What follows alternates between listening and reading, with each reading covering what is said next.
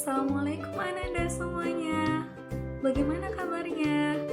Semoga Ananda sehat selalu ya dan selalu dalam lindungan Allah Subhanahu wa taala. Amin ya rabbal alamin. Nah, tetap semangat ya belajarnya walau di rumah aja. Dan semoga Allah memberikan kita kesempatan sehingga kita dapat berjumpa kembali secara langsung di sekolah kita ya Ananda. Nah, sebelum kita mulai pembelajaran hari ini, marilah sama-sama kita mengucapkan basmalah. Bismillahirrahmanirrahim. Kita mulai ya Nanda. Nah, hari ini kita akan belajar tentang tema 1, subtema 2, hidup rukun di tempat bermain. Pembelajaran 1 dan 2.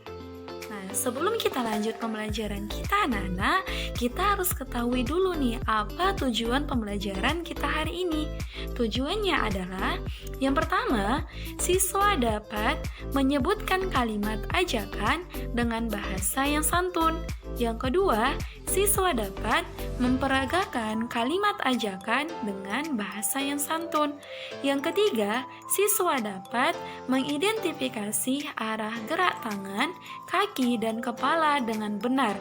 Yang keempat, siswa dapat mengidentifikasi gerak koordinasi kepala, tangan, dan kaki dengan benar. Yang kelima, siswa dapat melakukan gerak bagian tangan, kaki, dan kepala sesuai hitungan dengan benar. Yang keenam, siswa dapat melakukan gerak koordinasi kepala, tangan, dan kaki sesuai hitungan dengan benar. Yang ketujuh, siswa dapat membandingkan dua kumpulan benda dengan istilah lebih banyak, sama dengan, dan kurang dari dengan tepat. Dan yang terakhir, siswa dapat menunjukkan contoh perilaku di tempat bermain yang sesuai dengan sila pertama dan kedua Pancasila dengan benar. Nah, itulah tujuan pembelajaran kita hari ini. Nah, kita lanjut ya. Di sini, Udin dan teman-temannya sering bermain bersama. Nah, Udin bermain saat pulang sekolah ataupun pada saat hari libur. Coba Nanda perhatikan gambar yang ada pada layar. Kita akan melihat teman-teman Udin manakah yang bermain dengan rukun. Nah, kita lihat gambar yang pertama. Gambar yang pertama, teman-temannya sedang bermain kelereng dengan senang hati dan dengan ceria. Berarti ini termasuk ke dalam sikap rukun. Nah, yang kedua, ada teman-temannya yang sedang bermain bola, tetapi pada gambar ada temannya yang sedang berantem. Berarti ini tidak termasuk ke dalam sikap rukun. Yang ketiga, ada temannya yang sedang memperebutkan sebuah ayunan. Berarti tidak termasuk ke dalam sikap rukun. Dan yang selanjutnya, ada temannya yang sedang terjatuh tetapi ditertawakan oleh teman-temannya. Berarti ini tidak termasuk ke dalam sikap rukun. Dan yang terakhir adalah teman-temannya yang sedang bermain ayunan dengan senang hati dan ceria. Berarti ini termasuk ke dalam sikap rukun. Nah, Ananda juga harus bisa menerapkan sikap rukun saat bermain dengan teman-teman. Nah, selanjutnya, coba Nanda perhatikan percakapan yang ada di layar. Kita baca sama-sama ya. Udin berkata, "Duh, ayo kita bermain kelereng di lapangan." Edo menjawab, "Ayo Din, kita ajak teman yang lain." Udin, "Boleh saja Do, semakin banyak teman akan lebih menyenangkan." Edo, "Tapi Din, aku tidak bisa membawa sepedaku ke lapangan, ban sepedaku bocor." Udin, "Tidak apa-apa Do, ayo aku bonceng naik sepedaku." Udin dan Edo mengajak semua teman bermain. Mereka tidak memilih-milih teman. Udin dan Edo selalu menjaga kerukunan. Nah, berdasarkan teks percakapan ini, kita dapat menemukan kalimat ajakan. Nah, apa saja itu kalimat ajakannya? Nah, yang pertama, kalimatnya adalah, "Ayo kita bermain kelereng di lapangan." Yang kedua adalah, "Ayo Din, kita ajak teman yang lain." Dan yang terakhir adalah ayo aku bonceng naik sepedaku. Nah Miss, apa sih sebenarnya kalimat ajakan itu Miss? Nah kita bahas ya Nanda. Kalimat ajakan adalah kalimat yang mengandung ajakan kepada seseorang atau sekelompok orang. Tujuannya adalah untuk melakukan sesuatu bersama-sama. Kalimat ajakan itu dicirikan dengan kata ayo dan mari di awal kalimatnya. Contoh, yang pertama, ayo kita bermain bersama. Dan yang kedua, mari menjaga kebersihan lingkungan. Coba Nanda perhatikan, dalam kalimat ajakan itu selalu didahului dengan kata ayo atau kata mari. Nah, inilah yang disebut sebagai kalimat ajakan. Kita masuk ke contoh berikutnya. Di sini ada percakapan antara Udin dan temannya. Madi, ayo kita bermain kelereng di lapangan. Ayo Din. Aku mengambil kelerengku terlebih dahulu. Setelah bermain, mari kita rapikan tempatnya untuk menjaga kebersihan. Nah, di sini bisakah Ananda menemukan di mana kalimat ajakan? Ya, gimana Ananda? Iya, betul. Yang pertama adalah kata ayo Din. Karena ada kata ayo di awal kalimatnya, berarti termasuk ke dalam kalimat ajakan. Nah, yang kedua adalah ayo kita bermain kelereng di lapangan. Dan yang terakhir adalah mari kita rapikan tempatnya untuk menjaga kebersihan. Nah, itu termasuk ke dalam kalimat ajakan. Wah, anak-anak Miss sudah pada pintar ya untuk menentukan kalimat ajakan. Nah, selanjutnya kita akan melihat lagi contoh dari kalimat ajakan, percakapan antara Edo dan Udin. Kita baca sama-sama ya. Edo, kamu sudah tahu belum? Nanti akan ada lomba sepeda hias loh. Lomba dalam rangka apa, Udin? Ayo kita ikut lomba itu, sepertinya menyenangkan. Dalam rangka perayaan Hari Kemerdekaan di kampung kita, ban sepedamu sudah dipompa. Ayo aku bantu memompanya. Setelah itu, kita hias sepeda bersama-sama. Wah, terima kasih Din. Mari kita mempersiapkan keperluan untuk menghias sepeda kita. Nah, coba di contoh berikutnya, apakah Anda bisa menemukan contoh kalimat ajakan? Ya, ayo bisa Nanda? Ya, betul. Nah, yang pertama adalah kata ayo kita ikut lomba itu, sepertinya menyenangkan. Ya, ini adalah kalimat ajakan yang pertama. Yang kedua, ayo aku bantu memompanya. Dan yang terakhir, mari kita mempersiapkan keperluan untuk menghias sepeda kita. Nah, ini termasuk ke dalam kalimat ajakan. Ya, Ananda sudah pada paham ya untuk melihat mana yang termasuk ke dalam kalimat ajakan. Oke, semangat ya Ananda. Selanjutnya, di sini Udin berteman baik dengan Edo. Ketika Edo mendapat kesulitan, Udin mau membantu. Nah, di sini contohnya terlihat pada gambar di bawah ini, di mana Udin membantu Edo sedang menghias sepeda. Kemudian selanjutnya, meskipun sedang asik bermain, Udin tidak melupakan kewajiban beribadahnya. Bisa kita lihat pada gambar berikut dengan percakapan antara Udin dan Edo. Hari sudah sore Do, aku permisi pulang ya. Aku harus beribadah. Nah, dari percakapan ataupun gambar yang sebelumnya kita dapat melihat bahwa sikap Udin dan Edo sesuai dengan pengamalan Pancasila, terutama sila pertama dan kedua. Masih ingatkah Ananda apa sila pertama? Ya, betul, yaitu ketuhanan yang Maha Esa. Jadi, sikap yang termasuk ke dalam sila pertama itu berhubungan dengan beribadah kepada Allah. Dan yang kedua, apa Nanda? Yaitu kemanusiaan yang adil dan beradab. Artinya berhubungan dengan sikap kita bersikap baik ataupun bersikap adil kepada orang lain. Nah, selanjutnya Miss akan memberikan beberapa contoh dari sikap yang menunjukkan sila pertama dan kedua Pancasila di tempat bermain. Nah, yang pertama, sila pertama.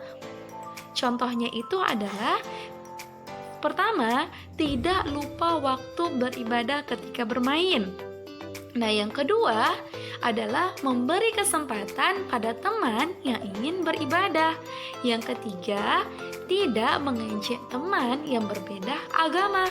Dan yang terakhir, menghormati teman yang berbeda agama. Itulah contoh dari sila pertama ketika kita terapkan di tempat bermain, seperti yang dicontohkan oleh Udin dan Edo. Nah, sila yang kedua contohnya adalah pertama, mematuhi peraturan dalam permainan. Yang kedua, membantu teman yang jatuh atau yang membutuhkan pertolongan. Dan yang ketiga, suit untuk menentukan kelompok bermain. Ini untuk menunjukkan atau menerapkan keadilan. Nah, inilah contoh dari sila kedua yang bisa kita terapkan dalam ataupun pada saat bermain dengan teman-teman kita. Jadi Miss harapkan juga Ananda juga bisa menerapkan dalam kehidupan sehari-hari ya. Selanjutnya, coba Ananda amati di sini ada Udin dan Edo membawa kelereng. Kelereng Udin ada 115, sedangkan kelereng Edo ada 124. Nah, di sini perhatikan banyak kelereng itu bila digambarkan dengan kubus satuan. Nah, gambar pertama ada kelereng Udin dan yang kedua ada kelereng Edo. Nah, kita lihat dulu pertama ratusannya. Nah, ratusan dari kelereng Udin itu berjumlah 100. Nah, yang kedua adalah puluhannya terdiri dari satu puluhan berjumlah dari 10. Yang ketiga adalah terdiri dari 5 satuan berjumlah 5 satuan. Dan kelereng Edo itu terdiri dari 1 ratusan berjumlah 100. Kemudian terdiri dari 20-an yang berjumlah 20.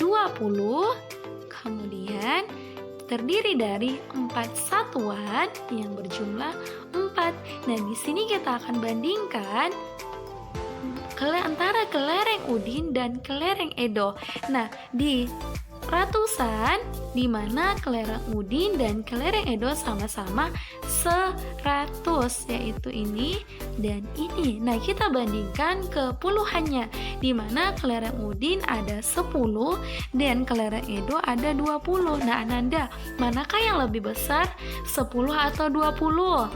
Ya, betul, 20. Berarti kelereng Udin itu 10-nya itu kurang dari 20. Jadi kelereng Udin lebih sedikit daripada kelereng Udo. Artinya kelereng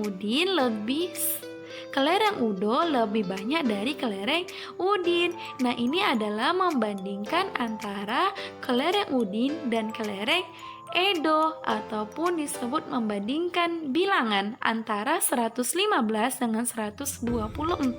Manakah yang lebih sedikit?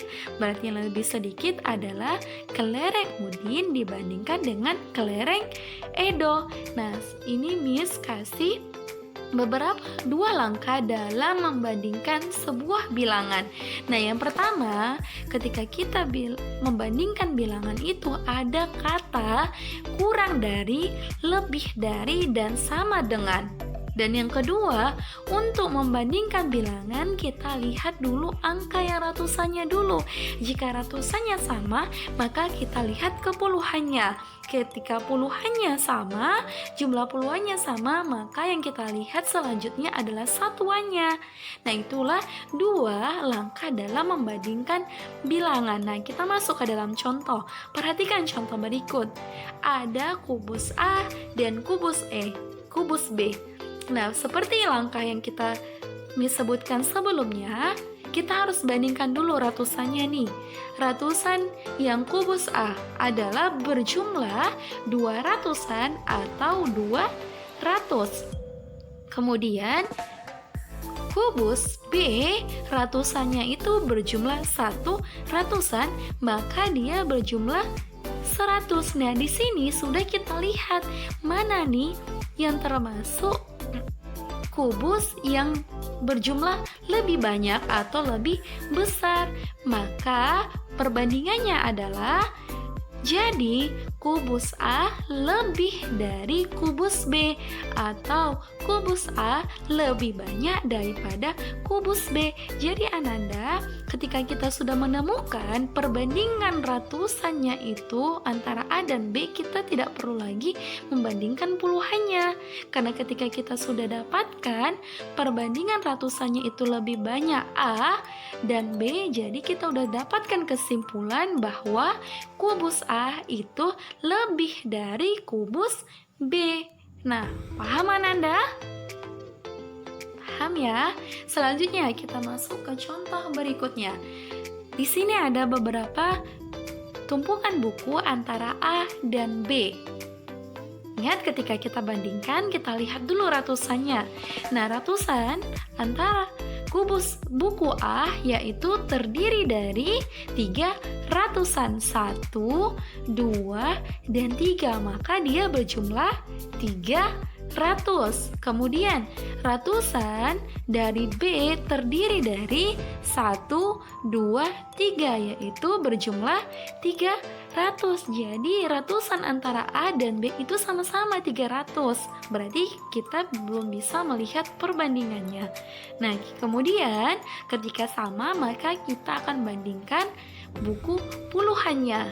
Jadi buku puluhan dari A adalah berjumlah 1, 2, 3, yaitu 3 puluhan, berjumlah 30. Nah, kemudian puluhan dari buku B bagian B adalah 1, 2, 3, 4, 5, 6. Berarti ada 6 puluhan, yaitu berjumlah 60. Nah, Ananda, di sini bisa kita lihat perbandingan antara 30 dan 60. Jadi mana yang lebih sedikit? Berarti buku bagian A. Jadi ketika sudah kita dapatkan perbandingan puluhannya, maka kita tidak perlu membandingkan satuannya. Berarti apa kesimpulan yang bisa kita ambil dari gambar A dan gambar B? Yaitu buku A kurang dari buku B. Misalnya, atau buku A kurang dari buku B. Oke, Ananda? Karena jumlah A lebih sedikit daripada jumlah B. Nah, begitulah kita caranya dalam membandingkan bilangan. Semoga Ananda bisa paham ya. Selanjutnya, di lapangan teman-teman Udin sedang bermain. Mereka melakukan berbagai permainan. Ayo Ananda, kita amati gambar di bawah ini ya. Permainan apakah yang sedang mereka mainkan? Ya, betul, bermain layangan. Nah, perhatikan gambar gerakan-gerakan anak yang sedang bermain layangan. Anak-anak tersebut bermain menggunakan gerakan tangan, kaki, dan kepala, bukan? Nah, ayo mari kita perhatikan gerakan-gerakan tersebut. Nah, yang pertama adalah gerakan tangan. Nah, gerakan tangan ini muncul ketika kita sedang menarik layangan. Nah, yang kedua adalah gerakan kaki. Nah, model dari gerakan kakinya seperti yang ada terlihat pada gambar Ananda. Yang pertama, kaki yang sedikit direnggangkan. Yang kedua, kaki yang disilangkan. Yang ketiga, kaki yang lebih besar direnggangkan. Dan yang terakhir, gambar yang kembali seperti gambar pertama, sedikit direnggangkan. Dan yang ketiga adalah gerakan kepala dengan melihat ke kiri dan ke kanan. Nah, gerakan-gerakan dari anak yang sedang bermain lapangan ini dapat membentuk gerakan tarian. Karena gerakan tarian itu dapat dibuat dari permainan anak-anak. Nah, sekarang Ananda, ayo kita simak atau kita lihat contoh atau video dari gerakan-gerakan tersebut. Yuk kita lihat Ananda. Miss akan mencontohkan 3 gerakan dalam permainan layangan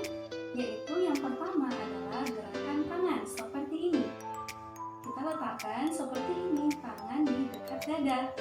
Dan yang kedua adalah gerakan kaki. Pertama, kakinya dirapatkan, telapak kakinya direnggangkan. Yang kedua, kakinya disilangkan, kemudian kakinya dilebarkan, dan yang terakhir dirapatkan dan telapak kakinya direnggangkan. Dan yang ketiga adalah gerakan kepala seperti ini, melihat ke kanan dan melihat ke kiri. Misalkan mencontohkan gerakan tersebut secara utuh.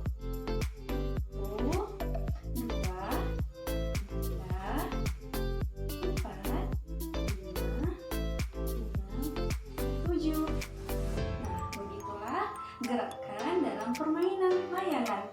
Nah, anak-anak bisa mencontohkan gerakan tersebut di rumah masing-masing.